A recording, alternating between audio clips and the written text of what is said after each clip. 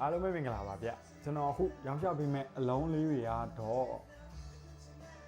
Titanium Body နဲ့15 Pro Max လေးတွေကျွန်တော်ရောင်းချပေးပါမယ်ဗျ15 Pro Max ကျွန်တော်စီမှာ Natural Titanium တစ်လုံးရှိမယ် Blue Titanium တစ်လုံးရှိမယ်ဗျ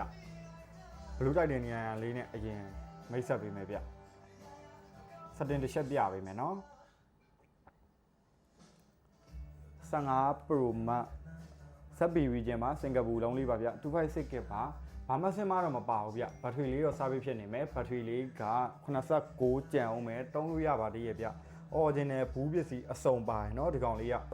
original ဘူးပစ္စည်းအစုံပါရယ်ဒီကောင်လေးကိုကျွန်တော်ရောက်ချပေးမဲ့ဈေးနှုန်းခ35,000ဝန်းနဲ့ရောင်းပေးမယ်ဗျကင်မရာရှေ့နောက်လေသာသလေးနည်းနည်းပါမယ်အရန်ရောမစိုးပါဘူးဗျလက်ခံလို့ရပါတယ်ဘေးပေါင်ကဘာဖြုတ်ရလေးနည်းနည်းပါမယ်ဗျ35,000နဲ့ရောင်းပေးမယ်เนาะကဲဒုတိယအလုံးနှစ်ထွဲတိုက်တီနီယံလေးပါဒီကောင်လေးကဘာအရာမှတော့မပါဘူးဗျဒီကောင်လေးလည်းဘာမှစစ်မှမပါဘူးเนาะ15 Pro Max ပါစက် AV ကျင်ပါဗျနှက်ကတုံးလို့ရပါမယ်256 GB ပါဘက်ထရီတစ်ချက်ပြပေးပါမယ်ဘက်ထရီကတော့83ကျန်အောင်မယ်ဒီကောင်လေးကိုကျွန်တော်ရောင်းချပေးမယ့်စီနှုန်းက34သိန်း5500နဲ့ရောင်းချပေးပါမယ်34သိန်း5500ပါ